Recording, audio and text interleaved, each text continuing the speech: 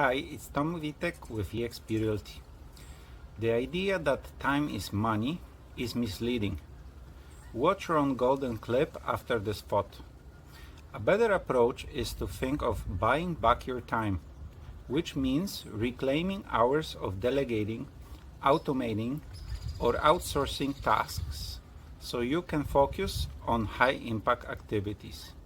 For example, mowing your lawn may take 2 to 4 hours, but in that time you could be learning new skills or working on more valuable tasks. Pay someone to cut your grass for you. Maximizing productivity, freeing yourself from routine work so you can focus on skill acquisition. This approach also enhances work-life balance by giving you more personal time. It prevents burnout and keeps you motivated. Finally, buying back your time is key to scaling your business by leveraging external resources, which allows you to grow without being limited by your own time. Let's hear it from my mentor Ron Golden on this topic. Ron always emphasizes the power of taking consistent action in anything we do. He often says that success isn't about perfection or waiting for the right time, but about making informed decisions and acting on them. Ron stresses the importance of learning from every deal, whether it turns out as planned or not. Because we learn the lie that time is money, here's what we do. We value money more than we value time. We put too high of a value on money, and we don't put a high enough value on time because we don't understand the relationship between time and money, and we think time is money, so if time is money, then they're equal, right? But they're not equal, because I submit to you that if somebody said to you, I'll tell you what, I'll give you $400 million today. How many of y'all want that deal, right? I'll take that deal. Except for there's one caveat, you have to end your life. Now who wants that deal? Nobody wants it.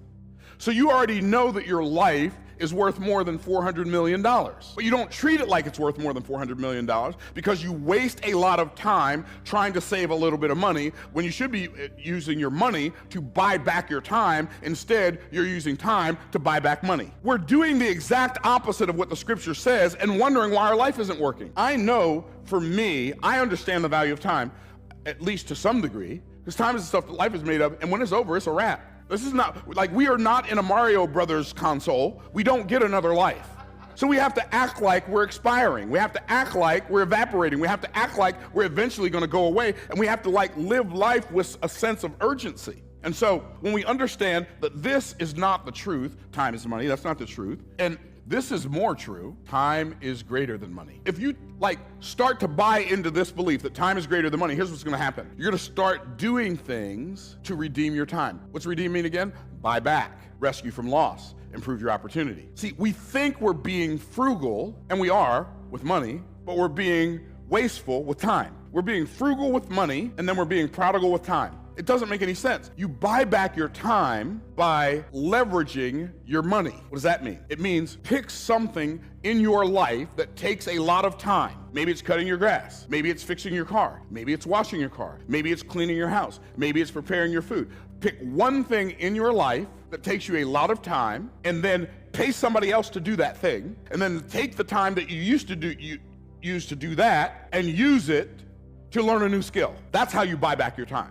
There are so many things that I didn't know. Like when I was broke, I didn't realize it was my lack of skills that was costing me a fortune. So I remember when I was poor, I thought me being poor had something to do with me being a victim of circumstance. Had nothing to do with it. I was poor because I didn't have the skills to create wealth. And don't think, oh, but that's so hard. It's not harder than learning how to walk. You got that one down. Not harder than learning how to ride a bicycle.